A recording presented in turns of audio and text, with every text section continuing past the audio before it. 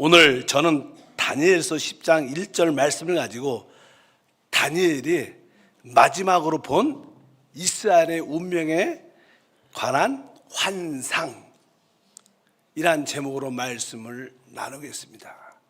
구약에서 사실 아브라함은 믿음의 조상이었고, 또 다윗은 하나님의 왕국을 이 땅에 가져온 사람이었고, 다니엘은 바로 잃어버린 하나님의 왕국을 회복시킨 기도의 사람이었습니다. 참 다니엘을 볼 때마다 참 놀라운 하나님의 종이다, 놀라운 믿음의 사람이라는 것을 많이 느낍니다. 오늘 다니엘은 사실 이 마지막 시대 이 땅에 이루어질 일들을 환상을 통하여 예언을 한 거죠. 특별히 인간 정부가 어떻게 시작됐고 어떻게 멸망하는 끝을 우리에게 보여줬습니다.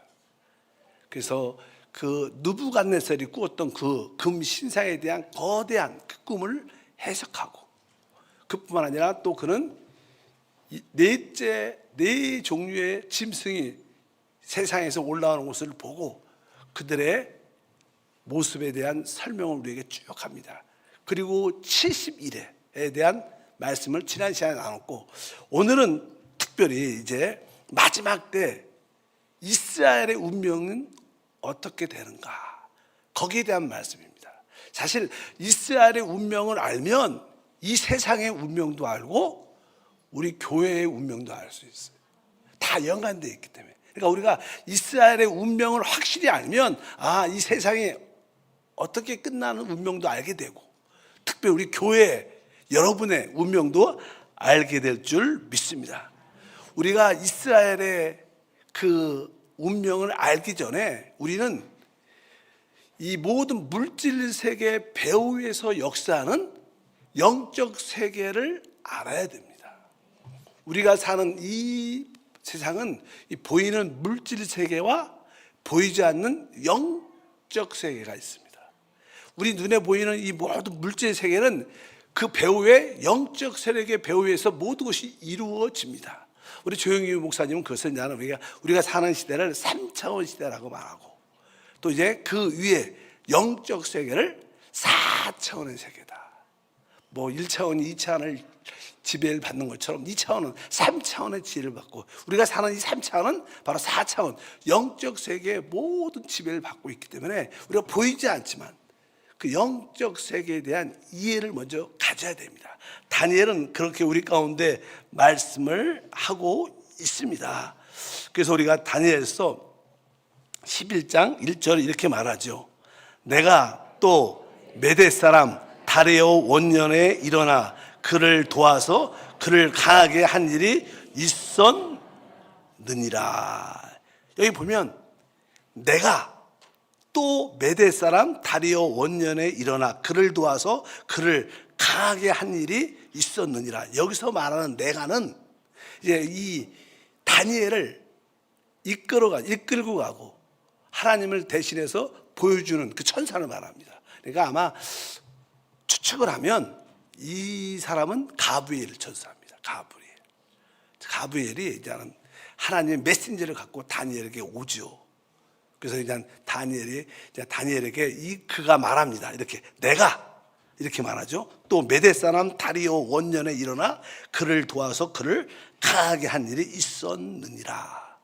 실제로 이 인간 정부의 첫 번째 강력한 나라는 바벨론이었습니다. 이제 바벨론도 나름대로 하나님의 뜻 가운데 어떤 사명이 있고 하나님의 목적으로 이루어진 도구죠, 도구. 그래서 이 바벨론도 하나님께서 주신 사명인데 이제 하나님께서 주신 사명이 다 끝났어요. 끝나니까 이제 끝나고 나서 새로운 주님의 사명을 감당할 사람을 불러오는 거예요. 근데 이제 그러려면 바벨론이 멸망을 하고 새로운 나라가 시작됩니다. 근데 오늘 말씀 보니까 그냥 뭐라고 했었어요? 메대 사람 다리오 원년. 그러니까 우리가 바벨론의 멸망은 누구 위해서? 메대와 바사, 페르시아 위에서 멸망하는데 처음에는 이 메대라는 나라가 훨씬 강했습니다. 두 나라가 연합해서 이 바빌론을 무너뜨리는데 그 메대 사람 그가 처음으로 왕이 되죠. 바빌론을 멸망시키는데, 이 다리오라는 사람이 그 당시만 해도 나이가 아주 많았답니다. 노인 정도 됐는데 아주 강력한 에너지를 갖고 강력한 그 바벨론을 멸망시키는 사건이 기록되어 있어요. 근데 그걸 누가 했는가? 오늘 보니까 그 가브리엘 천사가 말을 이렇게 합니다. 내가 또 메대 사람 다리오 원년에 일어나 그를 도와서 그를 강하게 한 일이 있었느니라. 그래서 바빌론을 멸망시켰다는 거예요. 누가 도와줬다는 거예요? 그 천사가 도와줬다는 거예요. 그러니까 항상 우리 모든 삶의 배후에 우리를 이끌고 우리에게 능력을 주는 천사가 있다는 거예요. 바로 우리가 보이지 않지만 그런 놀라운 역사가 있는 것을 아셔야 돼요. 여러분들이 진짜 이 땅에서 참된 인생의 의미와 목적과 영원함을 보려면 천사의 존재를 믿어야 되고 그 배후에서 우리 가운데 역사하는 걸 다 봅니다. 이 사람에게, 구원받은 사람에게는 다 자기를 이렇게 수호하는 천사들이 다 있습니다. 어린아이에게도 천사가 있다고 주님께서 직접 말씀하셨어요. 그래서 그 천사가 우리를 지키기도 하고 보호하기도 하고 또 우리의 문제를 또 하나님께 아뢰기도 하고, 이러한 모든 것을 우리가 기억을 하고 있어야 된다. 여기 보면 이 모든 의미는 바로 영적 세계에 대한 언급을 다니엘이 하고 있습니다. 특별히 이 다리오 왕 이후에 이제 점점점 이제 그 바사란 나라가 강력해져서 이제 바사가 이제 메데를가 통합해서 이 바사 페르시아가 이 세상을 인간 정부를 이끌고 가는데 그 첫 번째 강력한 지도자가 누구냐? 고레스 왕이었어. 고레스. 그래서 고레스가 이제 유대인들에게 다 너희는 포로에서 이제 다 해방돼서 다 자기 조국으로 돌아가라, 이런 놀라운 명을 내리는 놀라운 고레스라는 사람이 우리가 나타난 것을 우리가 알 수 있습니다. 이제 또 한번 보면 10장 13절을 보면 그런 이야기가 또 하나 있는데, 그런데 바사 왕국의 군주가 20일 동안 나를 막았으므로 내가 거기 바사 왕국의 왕들과 함께 머물러 있더니 가장 높은 군주 중 하나인 미갈이 와서 나를 도와주므로. 여기 보니까 그런데 바사 왕국의 군주, 여기서 말하는 이 군주는요 천사들의 장을 말하는 거예요. 그러니까 쉽게 말하면 이제는 천사장, 천사들의 어떤 지역을 담당하는 있어요. 영적 세계에서 만약 대한민국이 있다면 대한민국을 다스리는, 통치하는 천사들이 있어요. 천사들이 강력한 지도자들이죠. 그들이 대통령을 붙잡고 있고 정치 유영자를 붙잡고 있으면서 대한민국을 이끌어갑니다. 어떻게? 하나님의 뜻 가운데 이끌어갑니다. 그것이 나쁜 천사, 좋은 천사든 그들의 각자의 사명들이 다 있는 거예요. 그러니까 여기 보니까 바사, 그 당시 바사가 이제 이 세계를 통치하고 유대인을 다 데리고 있었단 말이에요. 그러니까 그 바사의 군주, 쉽게 말하면 우리가 지금으로 말하면 천사장이야. 그걸 이 바사이란 페르시아 제국을 통치하는 그 천사들의, 그가 여기 보니까 군주가 20일 동안 나를 막았다. 그러니까 가브리엘이 다니엘의 기도를 금식하면서 하나님께 부르짖죠. 사실 우리가 간구하는 기도는 첫날의 하늘의 상달입니다. 믿으시면 아멘. 근데 그냥 그 응답을 천사가 하나님을 통해서 갖고 내려오는데 공중에서 이 어둠의 영들이 그것을 응답을 가지 못하도록 막고 있는 거예요. 그래서 계속 다니엘이 22일 동안 기도하는 거예요. 첫날 응답을 받았지만 그 응답을 내려오는데 그 어둠의 악한 영들이 공중에서 방해하고 있는 거예요. 그러나 다니엘은 낙심하지 않고 계속 기도하죠. 결국 21일째 그 천사가, 근데 그 하나님의 축복과 응답을 가지고 된 이유가 뒤에 뭐라고 썼어요? 아까 보니까 가장 높은 군주 중 하나인 미갈이 와서 나를 도와주므로. 가브리엘이 와서 응답을 갖고 축복을 가지고 내려오는데 악한 어둠의 영이 강력하게, 사단의 군주죠, 그들이 강력하게 막으니까 이 가브리엘도 잘 안 되는 거예요. 가브리엘은 메신저, 소식을, 하나님을 대변하는 자니까. 그래서 이제 더 강력한 전쟁에 능한 미갈을 와서 도와주니까 그들이 물러가고 바로 가브리엘이 다니엘에게 내려와서 하나님의 응답을 허락하는 그런 사건. 이런 모든 것도 다 뭐예요? 영적 세계에 속한 것들이다. 우리 삶에 일어나는 모든 것들은 다 배후에 영적 세계의 역사가 있다는 것을 아셔야 돼요. 여러분 삶 가운데 너무나 이유 없이 고난과 고통과 질병과 어둠 가운데 있다면 보이지 않는 영적 배후에 악한 영들, 귀신들이 역사한다는 거예요. 바로 여러분들은 그런 것을 묻고 쫓아내고 또 우리를 돕는 놀란 능력의 미가엘이 오면 대박이죠. 이런 분들이 와갖고 이런 천사들이 와서 딱 물리쳐주면 공중의 어둠이 떠나가고 하나님 복음이 확 들어오는 역사. 실제로 이 한국에서 복음을 전하면 많은 사람들이 아주 조금은 여유가 있고 쉽다고 많은 사람들이 마음에 열려 있다고 종종 얘기합니다. 근데 일본만 가서도 복음을 전하고 선교할 때 보면 그렇게 기도하기가 쉽지 않아요. 복음을 전하기가 쉽지 않아. 또 사람들이 강팍해. 그 이유가 뭐냐면 일본 배후에서 역사하는 그 800만의 귀신들이 공중에 역사를 하고 있으니까 하나님의 응답이 내려오기가 쉽지 않은 거예요. 그래서 알다시피 일본은 우상을 특별히 강력하게 많은 귀신을 섬기니까 복음은 일본이 한국보다 더 먼저 들어갔어요. 그런데 일본은 거의 교회가 전멸입니다. 전멸. 교회가 안 돼. 왜? 강력한 거든요. 누군가들이 깨어서 그 공중 권세 잡은 악한 영을 묶어야 되는데 그런 사람이 별로 없었어요. 근데 우리 한국은 그냥 기도하는 사람이 많잖아요. 옛날부터 우리 한국 사람들 특징이 뭐예요? 하면 한다 이거예요. 그래서 막 모아서 기도하고 부르짖고 하니까 이 공중에 권세 잡은 어둠의 영이 떠나가니까 바로 많은 자들 구원받고 세계에서 최대의 교회들은 교단별로 한국에 다 있어요. 그건 하나님의 역사죠. 제가 선교지에서 우즈베키스탄하고 카자흐스탄이 바로 옆에 아니에요. 그런데 카자흐스탄만 해도요 복음을 전하면 여유가 있고요 은혜가 있는데 우즈베키스탄 가서 복음을 전하면 얼마나 어려운지.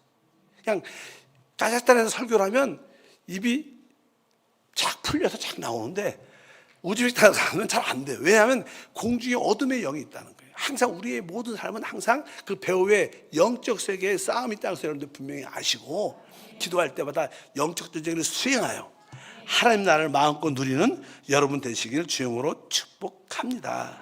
그래서 다니엘이 첫날에 기도할 때 응답이 됐지만 가브리엘이 그 응답을 가지고 내려올 때 공중에 악한 영들이 막고 있었다는 거예요. 그것도 하루 이틀 아니고 내려올 수 없도록 막으니까 계속 다니엘이 기도하니까 미가엘 천사장이 와서 도와줌으로 그 어둠이 거치고 하나님의 응답이 내려왔다는 그런 사건. 그래서 우리는 항상 모든 것을 배울 때 영적 배후에 있는 것을 먼저 인식해야 된다. 남편의 문제가 아니라 그 배후에 있는 어둠의 영의 문제입니다. 자녀에게 문제가 있는 게 아닙니다. 그 자녀들 배후에 있는 어둠의 영의 역사입니다. 대한민국 국민의 문제가 있는 게 아니라 공중어도 잡은 악한 영들의 문제가 있어요. 우리 대한민국은 항상 이렇게 분열이 많죠. 왜요? 그냥 조선시대부터 늘 사색당파해 갖고 나누어진 게 많아. 왜? 그 공중에 그런 악한 분열의 영들이 가득 차니까 조금 잘 되려면 나눠주고 조금 잘 되려면 그렇게 해서 우리나라가 최고가 되지 못하는 경우가 많습니다. 그래도 막 기도하는 사람이 많으니까 그 대한민국이 최고인 줄 믿습니다. 어쩌지 그런 믿음을 갖고 우리가 달려가야 될 것이다. 특별히 20절부터 21절도 그런 영적에 대한 설명을 그 가브리엘이 천사장이 다니엘에게 하는 이야기입니다. 한번 들어볼까요? 그가 또 이르되 내가 어찌하여 내게 왔는지 내가 아느냐? 이제 내가 돌아가서 바사 군주와 싸우려니와 내가 나간 후에도 헬라 군주가 이를 것이라. 오직 내가 먼저 진리의 글에 기록한 것으로 내게 보이리라. 나를 도와서 그들을 대항할 자는 너희 군주 미가엘 뿐이니라. 여기도 좀 말이 어렵지만 그 당시 그냥 바사가 이 세계를 통치하고 있는 거예요. 근데 나름대로 그 페르시아 그 바사도 하나님이 주신 그 사명이 끝날 때가 된 거예요. 근데 이제는 아까 이 바사라는 페르시아 나라 위에 그 천사들의 역사, 하나님을 대적했던 어둠의 공중에서 잡은 악한 영들이 그 나라를 통치하고 있었어요. 근데 이제 여기가 끝나니까 이제 이 가브리엘이나 함께하는 그 천사들이 그들과 싸워 쫓아낸다는 거예요. 그리고 특별히 그들을 쫓아낼 수 있는 것은 미가엘 뿐이라는 거예요. 미가엘이 와서 그 어둠의 원수를 쫓아낸다는 것은 그 바사란 나라가, 페르시아 나라가 멸망한다는 거예요. 쫓겨나가니까. 그 나라를 짓고 있는 어둠의 영들이 쫓겨나가니까 그 나라가 무너지는 거예요. 믿으시면 아멘. 그리고 나서 그 페르시아가 무너지면서 뭐라고 써 있어요? 바로 헬라 군주가 이를 것이다. 따라할까요? 헬라 군주가 이를 것이다. 그러니까 그리스, 헬라 제국, 그 다음에 이제 하는 페르시아가 멸망하고 헬라 제국이 이루어지는데, 바로 헬라 제국이 그 세계를 통치하면서 그 악한 영들이 그 나라를 통치하는 그런 역사가, 이런 모든 것도 보이지 않는 영적 배후 위에서 나타나는 사건들이에요. 한 나라가 세워지고 한 나라가 무너지는 배후 위에는 다 그러한 영적 전쟁의 싸움이 있는 겁니다. 우리가 그것을 분명히 알고, 여러분들이 모든 것을 바라볼 때마다 우리 배후에서 역사하는 영적 전쟁을 분별하고 인식하는 여러분 되시길 주님으로 축복합니다. 그러면 이제 다니엘이 본 그 환상은 어떤 환상인가? 다니엘은 언제 이 환상을 받는가? 특별히 10장 1절에 이렇게 써 있습니다. 아까 오늘 읽었죠. 바사왕 고레스 3년에 한 일이 베드사리라는 이름한 다니엘에게 나타나는데, 그 일이 참되니 곧 큰 전쟁에 관한 것이라. 다니엘이 그 일을 분명히 알았고 그 환상을 깨달으니라. 그러니까 바사왕 고레스 제 3년 이때. 근데 이때 다니엘이 나이가 역사적으로 보면 87세였다고 보통 말합니다. 87세. 우리 권사님들 80세 있죠? 87세. 아직 87세도 하나님께 쓰임받을 수 있어요. 우리는 요즘에 사니까 한 90세, 100세까지는 쓰임받지 않을까. 그러니까 늘 다니엘은 기도의 사람이었고 하나님 말씀을 추구하고 세상에 속한 것에 관심이 없었어. 그러니까 하나님이 그의 건강도 지켜주시고 끝까지 하나님의 계시와 환상과 하나님 말씀을 전하는 통로가 된 거예요. 그래서 여러분들이 나이가 들었는데 빨리 천국 가야 이런 생각 갖지 말고 끝까지 주님께 쓰임받겠다는 그런 사모하는 신념을 갖고. 그래서 우리 엘리야 교구가 사실 최고의 우리 기도의 어머니죠. 우리 그래도 최고로 가장 잘 쓰임받는 게 뭐예요? 끝까지 중보 기도의 어머니로 사명을 감당하는 거예요. 뭐 사도들도 그러잖아요. 우리가 기도하는 것과 말씀 전하는 게 전무하리라. 그래서 여러분들이 기도의 봉사를 끊임없이 하시길 바랍니다. 다니엘은 87세에 고레스 제3년에 그 환상을 보게 되는데 이렇게 말하죠. 그 일은 참되다. 또 어떤 내용이냐면 큰 뭐에 대해요? 전쟁에 관한 것이다. 큰 전쟁. 앞으로 이 마지막 때 큰 전쟁, 그러면 대환란이 만다는 거예요. 거기에 대한 환상과 계시를 받아요. 그래서 이제 다니엘이 그 일을 분명히 알았고 그 환상을 깨달으니라고 말씀을 합니다. 근데 이 환상을 어떻게 7절에 보면 이렇게 써 있어요. 이 환상을 나 다니엘이 홀로 보았고 나와 함께한 사람들은 이 환상을 보지 못하였어도 그들이 크게 떨며 도망하여 숨었느니라. 여기 보니까 이 환상을 나 다니엘 혼자 보았다는 거예요. 그것은 다른 것이 아니라 이 다니엘에게만 영적인 눈이 열렸다는 거예요. 많은 사람이 이렇게 함께 해도요, 하나님이 영적인 눈을 열어주셔야지 그 영의 세계가 보이는 거예요. 영의 세계가 보이는 거예요. 다른 사람들은 보일 수에 육신의 눈으로 볼 수 있는 영역이 아니니까. 그래서 나 다니엘이 하나님께서 영적인 눈을 열어주니까. 그래서 여러분들 기도할 때 하나님 나에게도 지혜와 계시형을 주셔서 하나님의 그 뜻과 목적이 깨달아지게 도와주시고 영적 세계를 보게 도와주시옵소서. 사실 특별한 경우에 하나님 보여주시죠. 영적 세계를 이렇게 본 사람들은 이 땅의 삶이 잘 이루어지지가 않아요. 그래서 솔직히 천국을 한번 갔다 온 사람들은요, 천국에서 네 사명이 아직 안 끝났느니라 다시 돌아가라. 어쩔 수 없어. 나 안 가고 싶은데 주님 보니까 왔어. 그 다음부터는 재미가 없는 거야. 왜? 천국의 그 놀란 안식과 평강과 축복된 마음껏 누리고 그것을 보니까 이 땅의 삶이 너무나 더럽고 부패하고 구더기 산처럼 보이니까 인생이 재미가 없죠. 그래서 하나님 일부러 이번에 안 보여주는 거예요. 왜? 그거 보면 인생에 의미가 없어. 그냥 막 아무것도 가치가 없고 아무것도 하고 싶지 않고 천국만 가고 싶어 하니까 하나님께서 특별한 사람들만 보여주는 거예요. 여러분들이 지혜와 계시형을 가지셔서 하나님의 뜻과 목적과 경륜을 발견하고 그걸 향해서 달려가기를 축복합니다. 그래서 하나님 환상과 계시를 받은 사람들은 특별한 은혜가 임한 사람들이다. 우리 한세교회 성도들은 거의 그런 영적인 눈이 열렸죠. 왜? 내가 어디에서 와서 왜 삶이 어디로 가는지 분명하죠. 우리가 주님의 을 섬기는 목적이 뭐냐? 바로 주님이 주신 하나님의 형상을 회복하고 하나님 주권을 회복해서 바로 우리 교회는 나는 하나님을 표현하고 십자가에서 머리가 깨진 사단을 처리합니다. 여러분들이 오늘 왜 예배를 드립니까? 그러면 어떻게 보면 하나님을 표현하고 머리가 깨진 사단을 처리하기 위해서 예배 드립니다. 청년들은 왜 공부합니까? 그러면 하나님을 표현하고 사단을 처리하기 위해서 공부합니다. 여러분들은 왜 결혼했습니까? 아멘. 왜 자식을 낳습니까? 여기에 대한 목적을 가지고 달려간다면 여러분들은 큰 환상과 계시를 이미 받은 자인 줄 믿습니다. 근데 사실 영적 세계에서 가장 중심은 오직 예수 그리스도십니다. 영적 세계에 들어가야 되면 주님만 보여요. 주님. 그분이 모든 것이 깨달아집니다. 어차피 그가 환상을 볼 때 이스라엘에게 큰 전쟁 환란을 본 거예요. 다니엘이 두렵죠. 자기 민족이 큰 전쟁 가운데 환란 당하는. 그래서 우리가 그것을 뭐라 대환란이라는 거예요. 대환란. 다니엘은 그런 환상과 이상을 보게 됩니다.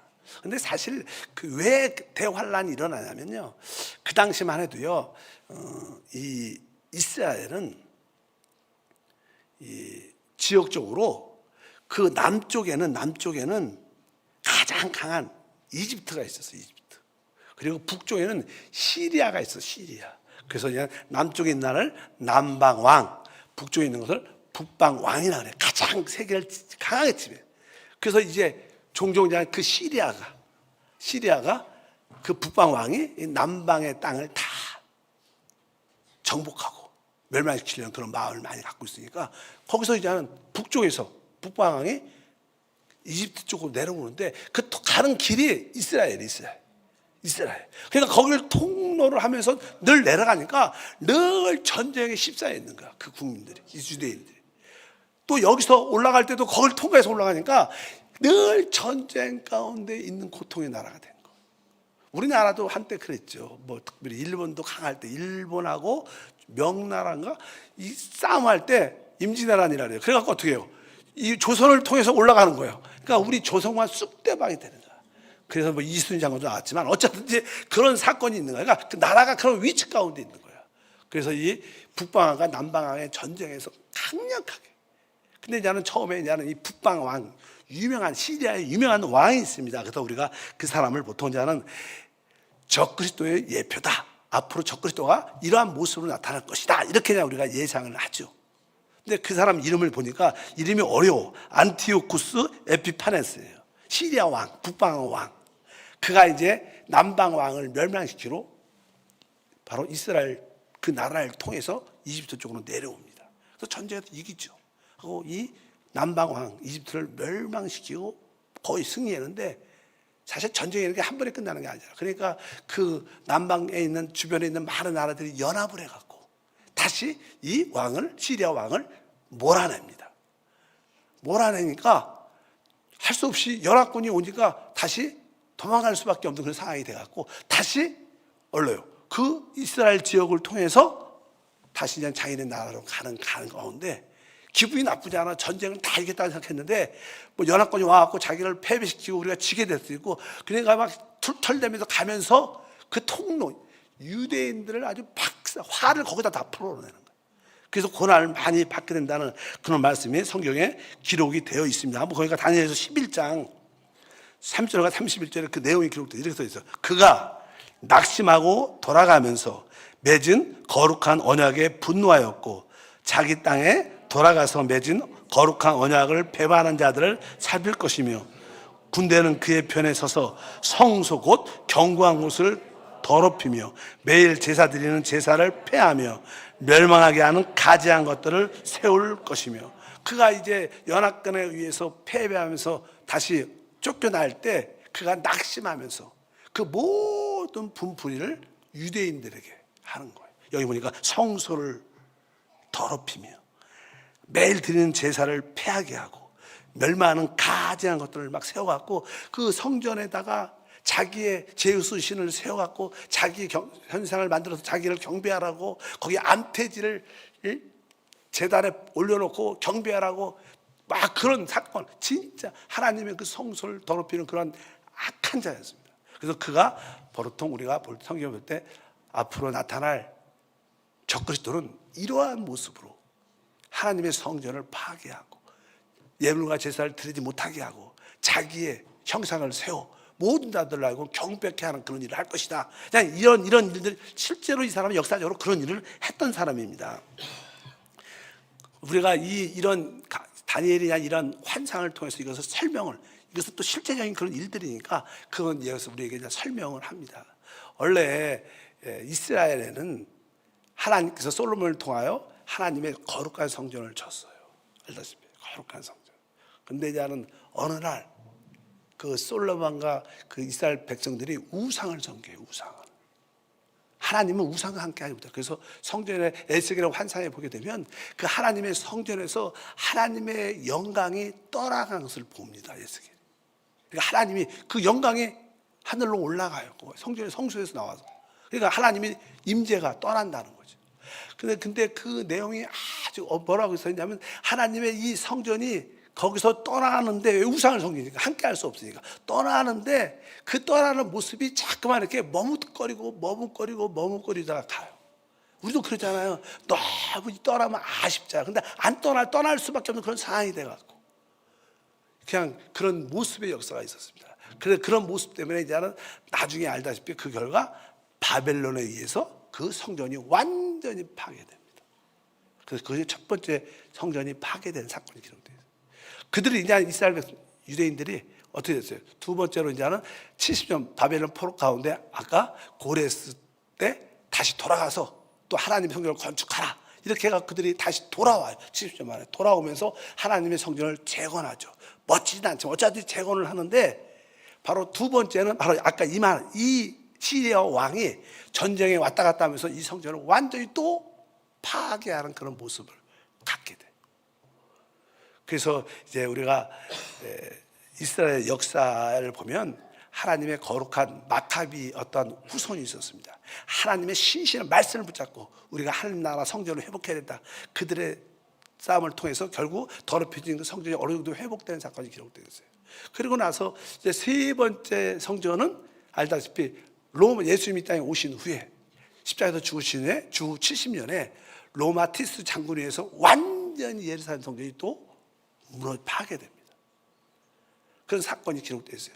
그리고 나서냐 우리가 소위 말하는 하나님께서 마지막 유대인이 회복할 때 제3성전을 건축하게 될 것이다. 이렇게 이야기하고 그리고 마지막 네 번째 진짜 적그리스도가 나타나서 그 성전을 파괴하는, 더럽히고 자기 우상을 세우고 바로 이런 사건이 또 한 번 기록될 것이다. 이런 이스라엘 백성들의 그 역사는 그 하나님의 성전이 중심이에요. 하나님의 그 성소가 중심일 때 그런 가정을 우리가 이해를 하고 있으면 적그리스도가 왜 적그리스도인가? 아까 말씀한 것처럼 바로 하나님의 그 성전을 파괴하고 모든 제사와 예물을 드리지 못하게 하고 바로 자기의 우상을 세워 모든 나라보다 그를 경배케 한다. 앞으로 적그리스도가 나타나서 그런 일을 할 거라는 거예요. 그래서 아까 말한 대로 그들은 다 적그리스도를 예표하는 자들이기 때문에 이 다니엘이 아주 자세하게 이렇게 예언한 것을 우리가 알 수 있습니다. 우리가 이것을 통해서 마지막 때 조만간에 우리가 알다시피 이 세계 평화를 이끌어내는 위대한 지도자가 나타날 것이다. 근데 세계 평화를 이끌어낼 때 뭐 중동의 평화가 중심이 돼서 평화가 임할 때 아마 제3성전 그들이 회복하고 원하는 유대인들이 원하는 그 제3성전을 허락해 주는 사건. 지금이야 뭐 모슬렘과 강력한 그런 대립 가운데 있으니까 문제가 있지만 이제 최고의 지도자가 나타나면 유대인들은 금융을 세계의 재정을 금융을 통제하고 있으니까 그들의 금융을 도움받기 위해서 그 새로운 지도자가 그것을 허락해 주죠. 그 예루살렘에다가 바로 그들의 성전을 지을 수 있도록 지금 준비가 다 됐다고 얘기 많이 하잖아요. 그것을 허락해 주고 또 그곳에 평화를 이루어내는 뭐 이슬람교, 뭐 기독교, 유대교가 다 평화를 갖게 된 그런 분위기를 만들어내고 중동과 모든 사람들이 연합돼서 새로운 어떤 경제적인 발전과 큰 축복을 허락하는 그런 사건을 쭉 기록했는데, 그것이 우리가 소위 말하는 7년 평화조약이다. 이 평화조약, 아브라함의 협정 조약이라도 말을 하는데, 그런 것들이 이미 다 준비가 돼 있어요. 근데 그 사람이 처음 3년 반은 그것을 잘 지키다가 3년 반이 딱 될 때 어떤 사고로 말았죠? 테러를 당해요. 죽임을 당하는데 그가 3일 만에 살아납니다. 사단의 영이 그들에 들어가면서 그때부터 그가 돌변해서 내가 하나님이다 그러면서 세상에 있는 모든 종교, 자기가 하나님이니까 모든 종교를 멸하죠. 다 파괴시키고 자기만 경배하게 만드는, 통제를 받게 하는, 우리가 소위 말하는 이만화손의 짐승의 표를 666을 받게 해서 모든 것을 통제하는. 우리가 종종 그러죠. 야, 어떻게 세상 사람들을 다 통제할 수 있을까? 다 통제할 수 있을까? 쉽지 않잖아요. 근데 요즘에 보면 뭐 핸드폰만 있어도 앞으로는 그 모든 위성전화 모든 것으로 말미암아 다 통제가 될 수밖에 없는 그런 상황 가운데 있습니다. 저는 전에 어떤 누가 문제가 있어갖고, 제가 핸드폰이 있잖아요. 제가 핸드폰이 있으면 그날 내가 지금 핸드폰을 내가 키우고 있어요. 그러면 기지국에서 그 시간에 나와 이 주변에 예를 들어서 50m 안에 누가 있는지가 다 나와. 왜냐하면 내가 핸드폰이 있으니까 여러분도 핸드폰 있잖아요. 그러니까 내가 어떤 시간에 있었다 그러면 그때 핸드폰을 가지고 있는 사람이 다 떠요. 나 그거 보고 되게 놀랐어요. 그러니까 우리가 도망갈 수가 없어요. 모든 것이 통제될 수밖에 없는 그런 이런 시대에 우리가 살고 있어요. 지금 뭐 정부가 안 해서 그렇지. 마음만 잡으면 우리의 모든 통제가 다, 우리가 어디 있는지 다. 그래서 적그리스도가 그런 일들을 마지막 때 할 것이다. 그리고 자기를 그 성전에 자기의 가지한 것을 세우고 하나님이라고 외치면서 세상을 통제할 때 결국 주님께서 오셔서 이 인간 정부의 마지막을 끝내실 것이다. 그 3년 반이 유대인들에게는, 아직 휴거되지 못고 남아있는 자들은 진짜 큰 대환란. 아까 다니엘이 큰 전쟁을 보았다는 거예요. 그 전쟁이라는 단어가 큰 환란이라는 뜻입니다. 바로 유대인들은 최고의 대환란이 말 겁니다. 보통 7년 대환란할 때 주된 사람들은 유대인들입니다. 또 휴거되지 못고 남아있는 믿는 사람들에게 임하는, 세상 사람들한테 말하는 게 아니라 그 대환란에 대한 그 환상을 보고 이렇게 설명을 쭉 하고 있습니다. 그래서 우리 다니엘이 이 마지막 때 이 모든 것을 보고 이 시대가 바로 그런 시대와 아주 흡사하다는 것을 여러분들이 깨닫기를 주님을 축복합니다. 그리고 그냥 다니엘서 12장 그냥 마지막이죠. 12장 1절에 이렇게 말합니다. 그때도 그냥 이렇게 나와요. 그때 내 민족을 호위하는 큰 군주 미가엘이 일어날 것이요 또 환란이 있으리니 이는 개국 이래 그때까지 없었던 환란일 것이며 그때 내 백성 중에 책에 기록된 모든 자가 구원을 받을 것이다. 그 7년 대환란 가운데 특별히 후반 대환란에 그러니까 큰 대환란이 있을 것이다. 근데 큰 군주 미가엘이 와서 마지막 때 유대인을 도울 거라는 거예요. 우리가 아마겟돈 전쟁이 일어날 때 그 배후에도 하나님의 천사가 개입되니까 승리를 주기도 하고 패배도 하는 거예요. 마지막 때 가장 큰 전쟁의 천사였던 장이었던 바로 미가엘이 와서 유대인을 돕겠다는 거예요. 근데 여기 보니까 뭐라고 써있냐면 바로 하나님의 생명책에, 하나님의 책에 기록된 자들만이 구원을 얻는다. 유대인들이 다 구원받지 않아요. 하나님이 택한 자들이 있어요.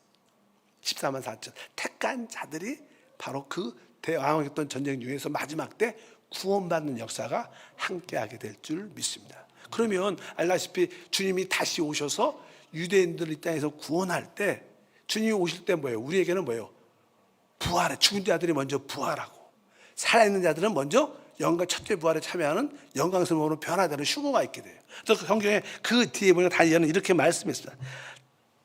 다시 한번 이렇게 읽어보니까 2절이죠. 그러니까 땅의 티끌 가운데 자는 자 중에서 많은 사람이 깨어나 영생을 받는 자도 있겠고 수치를 당하여 영원히 부끄러움을 당할 자도 있을 것이다. 그러니까 주님이 다시 오실 때 주님이 다시 재림하실 때 뭐예요?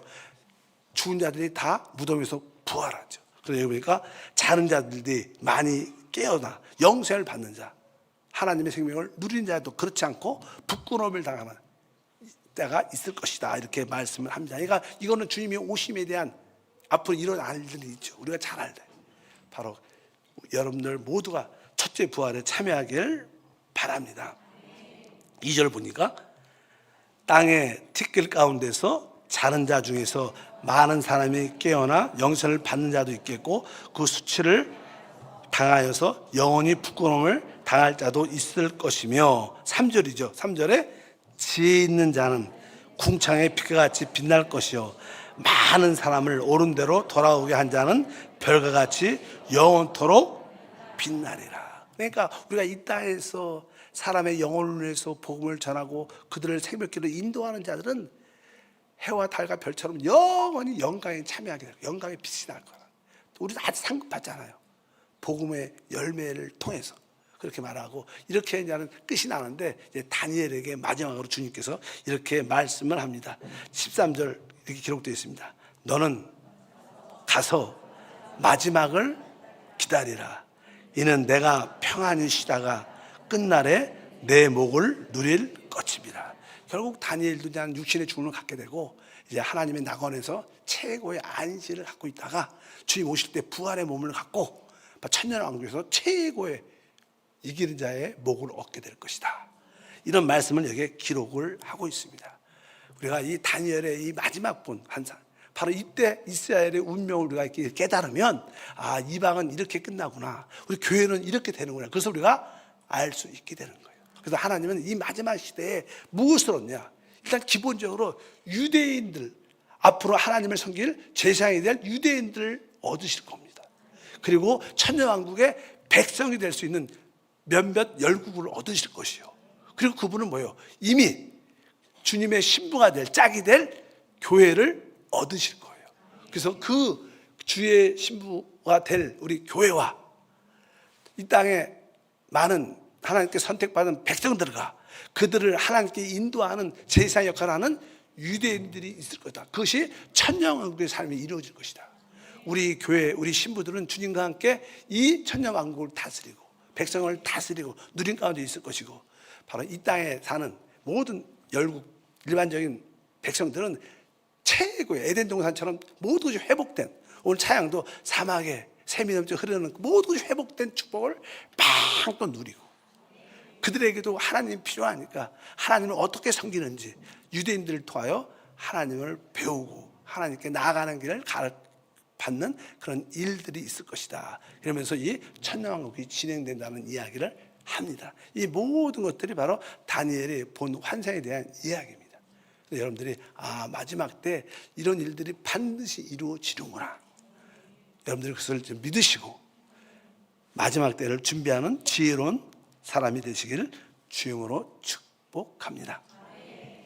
거룩하신 하나님, 다니엘서를 공부하면서 다니엘이 마지막으로 본 이스라엘의 운명을 깨닫고 알게 하옵소서.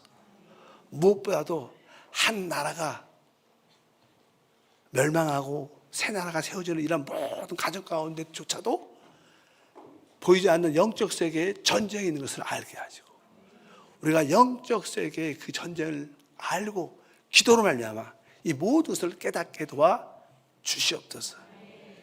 이스라엘의 운명이 정해졌을 때 우리 교회는 한편적으로 주님의 신부로 준비된 그런 가정 가운데 있게 될 것입니다. 주님의 신부가 준비되면 주님이 오셔서 이 땅을 회복하고 주님의 왕국을 이 땅에 세워서 영원한 통치하시기 됨을 믿습니다. 우리가 깨어 근신하게 도와주시고, 무엇보다도 우리 교회 입장에서는 주의 신부로 준비되는 지혜롭고 신실한 처녀가 되게 도와 주옵소서. 주 예수 이름으로 기도함나이다. 아멘.